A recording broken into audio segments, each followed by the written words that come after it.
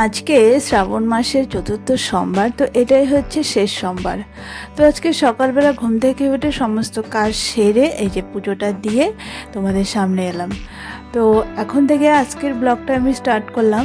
Good morning বন্ধুরা, কেমন আছো সবাই? আশা করছি ভালো আছো। তিথি ডিম লাভ চ্যানেলে তোমাদের সবাইকে আবার অনেক অনেক স্বাগত। তোমাদের আশীর্বাদে ভালোবাসে আমি অনেক ভালো আছি। তো আজকে আমি শাড়ি পরেছিলাম, বুঝেছো? তো পুজো দিব, একটু শাড়ি না পরলে হয়?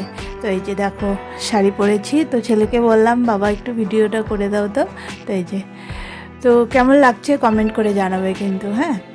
তো ওইদিকে পুজো সারা হয়ে গেল। তো আমি এখন চলে এসেছি রান্নাঘরে, কারণ সকালে আজকে না রুটি করেছিলাম, রুটি আর হচ্ছে ছোলার ডাল করে রেখেছিলাম। আর এই যে পুজোর জন্য যে দুধ এনেছিলাম সে দুধটা এখন গরম করব, করে ভাত বসাবো। সকালে ছেলেকে ডাল আর রুটি করে দিয়েছিলাম। আমি তো উপোস ছিলাম, কিন্তু ছেলেকে তো আর উপোস রাখা যাবে না। তো ছেলেকে শুধু রুটি করে দিয়েছিলাম। আর ছেলের আজকে থেকে পরীক্ষা শুরু।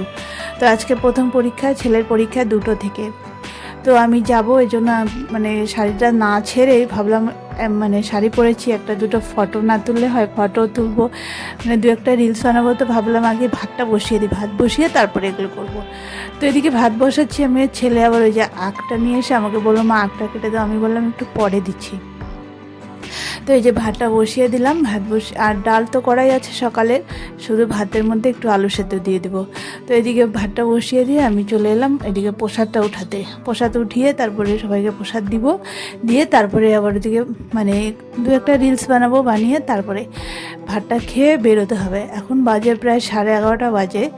তো ছেলের যেহেতু পরীক্ষা 2টোর থেকে, তো 1:30টার মধ্যে বাড়ি থেকে বেরোতে হবে, কারণ যেতেও তো সময় লাগবে। তো চলো বন্ধুদের সঙ্গে থেকো।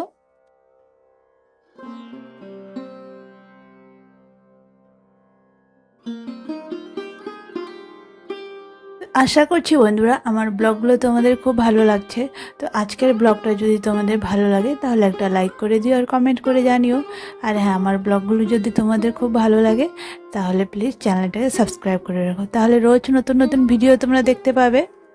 তো এদিকে আমি প্রসাদটা উঠিয়ে নিলাম, প্রসাদ উঠিয়ে তারপরে এই যে একটু মানে চালকলা দিয়েছিলাম, সেটা চালকলাটা মাখবো, মেখে তারপরে সবাইকে দিব। সবাইকে বলতে ওই বাড়িতে যে কয়েকজন আছে তা ওদেরই দিব, ছেলেকে দিয়ে পাঠিয়ে দিব, মানে সবার ঘরে ঘরে দিয়ে আসবে। আমি আর যাব না এখন, কারণ সময় খুব কম। এখন প্রায় ওই যে বললাম 11:30 বাজে প্রায়। তো ভাত বসিয়ে দিয়েছি, আর এদিকে দু একটা ফটো তুলবো, রিলস বানাবো, এগুলো করতে করতে সময় লাগবে একটু। আবার ছেলেকে খাওয়াতে হবে, তারপরে আমি খাবো, রেডি হবো, ড্রেসটা পরবো। তো ওইদিকে আমি ভাতটা মানে ছেলেকে বললাম একটু দেখে আসো, গ্যাসটা একটু কমিয়ে দিয়ে আসো, আমি এদিকে প্রসাদগুলো গুছিয়ে তুলে নিই। কারণ আজকের প্রসাদ ছেলে পারবে না তুলতে, কারণ ওই যে চালকলা মাখতে হবে, তারপরে মানে ফল প্রসাদগুলো সবাইকে গুছিয়ে দিতে হবে। তো এই জন্য প্রসাদটা আমি তুলছি। তো চলো সঙ্গে থেকো।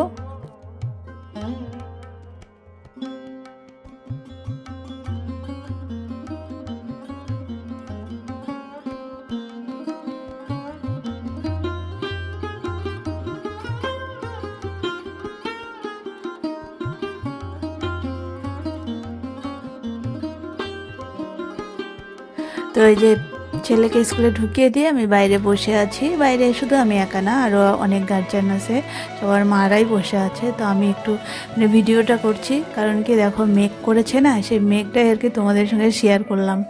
এত মেঘ করেছে, তারপরে কি হয়েছে বলো তো, এই যে আমি ভিডিওটা করছি একটু পরেই এমন জোরে বৃষ্টিটা নামলো না, মানে 10 মিনিটের মতো বৃষ্টি হয়েছে।